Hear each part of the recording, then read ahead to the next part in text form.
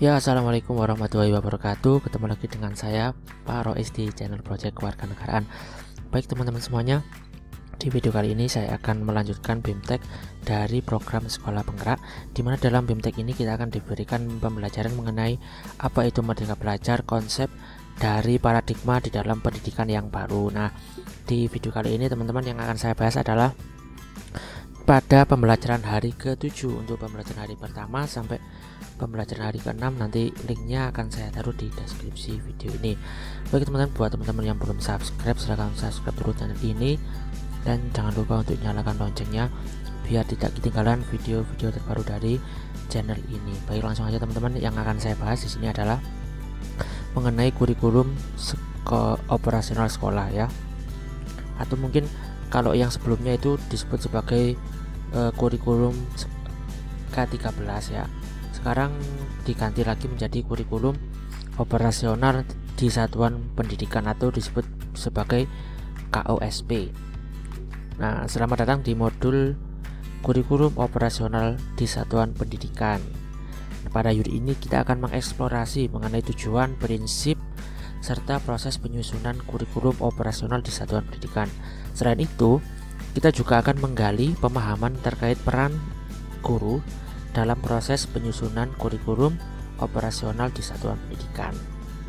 Nah, mari kita mulai dengan merefleksikan pengalaman Anda sebagai guru dalam hal penyusunan kurikulum di satuan pendidikan dengan menjawab pertanyaan reflektif berikut ini. Ya, karena di sini saya sudah menjawab, jadi saya bukakan aja untuk jawaban yang sudah saya tuliskan.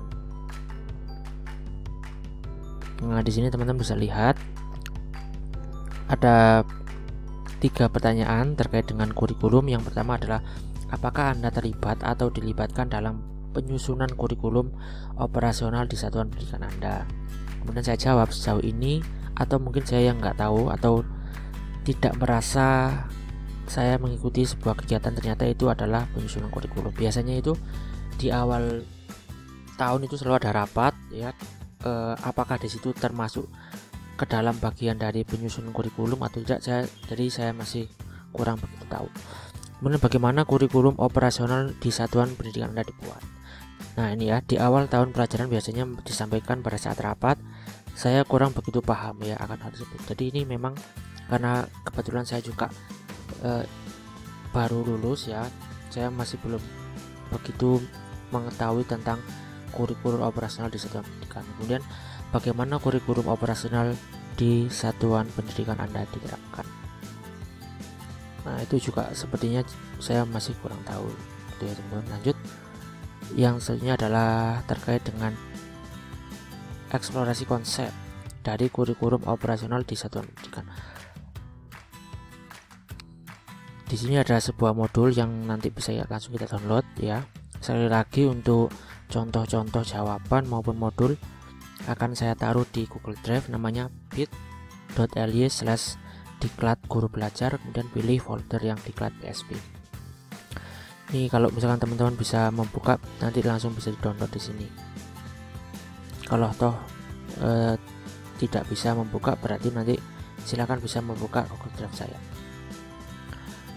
Nah, ini adalah prinsip pengembangan KOSP atau kurikulum operasional di satuan pendidikan.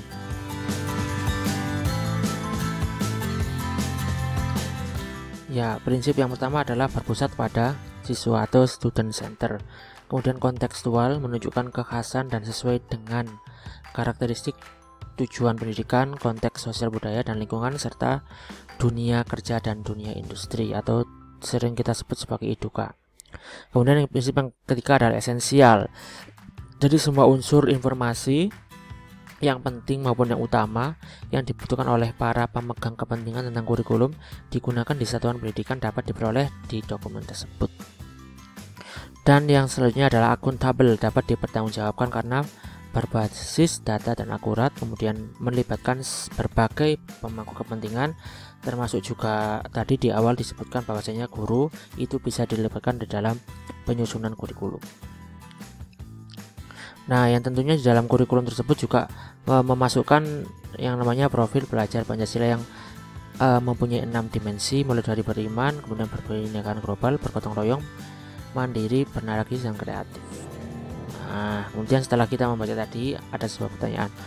Usai mempelajari bahan bacaan, apa yang Anda pahami tentang kurikulum operasional di satuan pendidikan? Kemudian apa saja prinsip pengembangan kurikulum operasional di satuan pendidikan?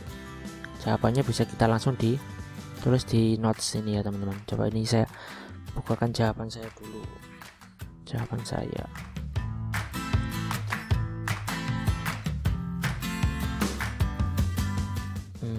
Mana ya jawaban saya ya? Ada ya? Ya udah, saya bacakan aja jawaban dari teman-teman ya. Nih. Tujuan dan prinsip penyusunan kurikulum operasional di satuan pendidikan. Kemudian yang kedua tadi adalah prinsip pengembangan kurikulum. Yang pertama berpusat pada siswa, kontekstual, esensial, akuntabel, melibatkan berbagai pemangku kepentingan. Gitu teman-teman ya. Kita bisa lanjut ke halaman yang selanjutnya. Di halaman yang selanjutnya ada sebuah modul lagi yang bisa kita pelajari. Ini adalah proses penyusunan kurikulum operasional di satuan pendidikan. Coba kita lihat ya. Nah, sebelum kita mengetahui bagaimana proses penyusunannya, kita terlebih dahulu harus paham bahwasanya ada kerangka dasar dan struktur dari kurikulum itu sendiri. Ini kerangka dasarnya. Tentunya yang menjadi acuan adalah tujuan dari pendidikan nasional, kemudian ada standar kompetensi lulusan, ada standar isi, standar proses, standar penilaian ya. Kemudian baru ada struktur dari kurikulumnya, pencapaian pembelajaran, baru ada prinsip pembelajaran dan asesmennya. Nah, itu tadi adalah kerangka dasar dari kurikulum. Setelah dari kerangka dasar tadi, baru kemudian bisa masuk ke dalam proses penyusunan dari kurikulum operasional di satuan pendidikan. Nah, jadi untuk tujuan pendidikan, kemudian profil pelajar Pancasila, sampai struktur kurikulum, prinsip pembelajaran dan asesmen capaian pembelajaran itu semuanya ditetapkan oleh pemerintah pusat. Baru kemudian satuan pendidikan bisa mengadakan yang pertama melakukan analisis konteks karakteristik satuan pendidikan tersebut, kemudian merumuskan visi dan misi tujuan. Visi, misi, serta tujuan, kemudian menentukan pengorganisasian pembelajaran, menyusun rencana pembelajaran, merancang, mendampingi, mengevaluasi, dan mengembangkan profesional.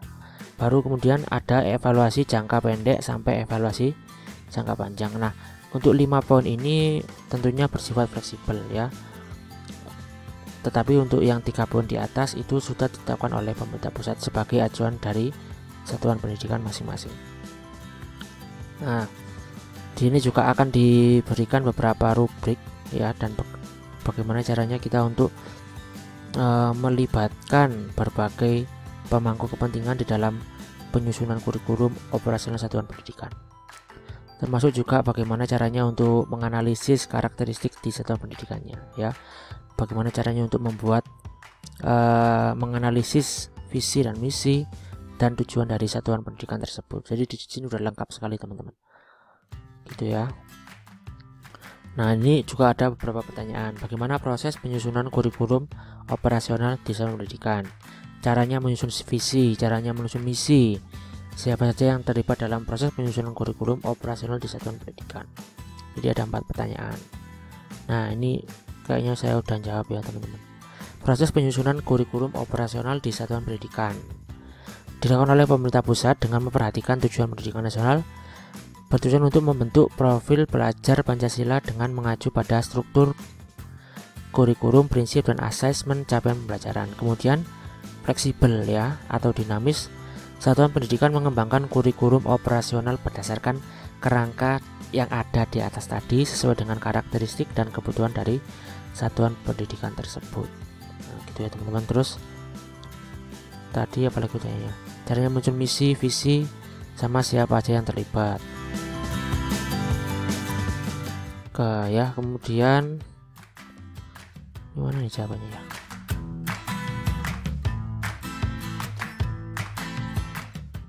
Ini cara untuk menyusun visi dan misi dalam menyusun kurikulum operasional satuan pendidikan.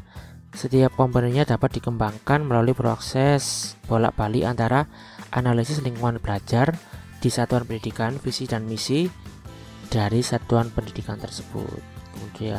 Kemudian siapa saja yang terlibat? Tentunya para pemangku kebijakan ya, termasuk juga dinas pendidikan, kemudian termasuk juga para kepala sekolah, wakil kepala sekolah, kemudian guru ya, termasuk siswa juga bisa dilibatkan dalam penyusunan kurikulum, wali murid atau orang tua, kemudian dunia usaha maupun dunia industri ya, karena ini SMK harus sinkron antara kurikulum satuan pendidikan dengan dudinya, begitu ya teman-teman. Lanjut ya kita.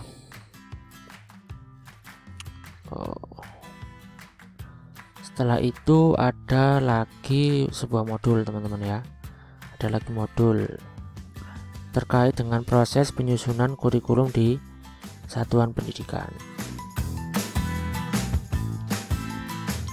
Pendampingan, evaluasi dan pengembangan profesional di satuan pendidikan. Ya, ini berarti artinya sekolah sudah mempunyai kurikulum, sudah punya visi, misi dan tujuan, baru kemudian tinggal ada pendampingan, begitu ya. Nah, kita lanjut lagi.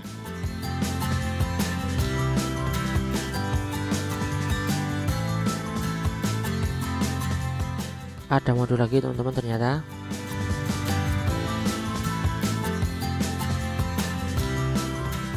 Dan modul ini berisi komponen kurikulum operasional di satuan pendidikan. Jadi komponennya apa saja? Coba kita lihat.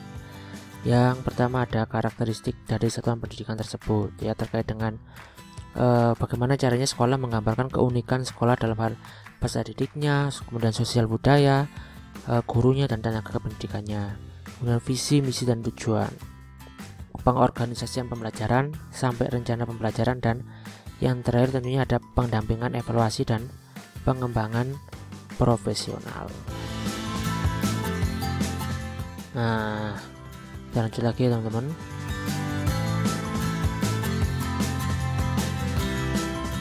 Nah, ini adalah eksplorasi konsep. Yang terakhir sudah selesai. Kita lanjut ke ruang kolaborasi.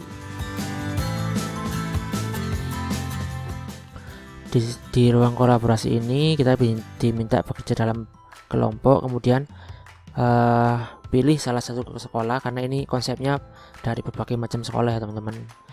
Maka kemudian kita milih satu dari satu kelompok itu, kemudian digunakan sebagai simulasi penyusunan karakteristik, kemudian visi misi dan profil pelajar satuan pendidikannya. Nah, biasanya di sini ada contohnya nih, ada contohnya teman-teman. Kita buka dulu contohnya. Nah, di sini teman-teman bisa lihat ini adalah salah satu contoh pekerjaan dari kelompok kami ya, terkait dengan analisis lingkungan sekolah. Kayak misalkan sumber daya alam, sosial dan budaya. Ini di sini di SMK Negeri 2 Bojonegoro dijelaskan bahwasanya merupakan sekolah negeri tertua berbasis kejuruan yang berada di tengah kota dengan kebudayaan daerah yang masih kental serta dikelilingi oleh perkantoran. Kemudian sumber dananya bisa ditulis, sistem dan kebijakan daerah mendukung keberadaan SMK untuk terus berkembang. Kemitraan ada Iduka dan segala macamnya, ini bisa ditulis ya. Nah, ini baru kemudian analisis dari kebutuhan sekolahnya, mulai dari peserta didik, guru dan tenaga kependidikan. Di sini bisa dijelaskan kayak misalkan sekolah itu punya berapa rombel, apa saja jurusannya gitu ya. Kemudian terkait dengan sarana prasarana apa saja yang dimiliki, sampai visi misi, kemudian semuanya bisa kita masukkan ke sini teman-teman. Nah, gitu ya. Saya mau balik lagi ke yang RMS-nya. Setelah itu kemudian hasilnya seperti biasa kita upload ya, di sini udah disediakan. Nanti kalau teman-teman butuh contoh sekali lagi bisa dilihat di bit.ly/diklat guru belajar, pilih folder diklat PSP. Nanti akan saya tulis di deskripsi video ini, tenang aja. Terakhir ada refleksi terbimbing, seperti biasa ya teman-teman, selalu ada refleksi.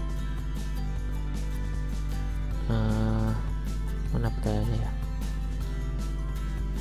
Ini pertanyaannya ya.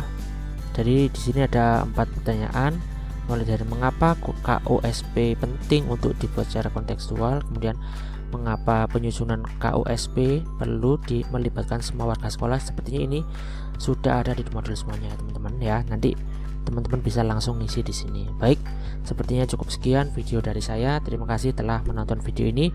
Untuk yang pembelajaran hari ke-8 akan saya lanjutkan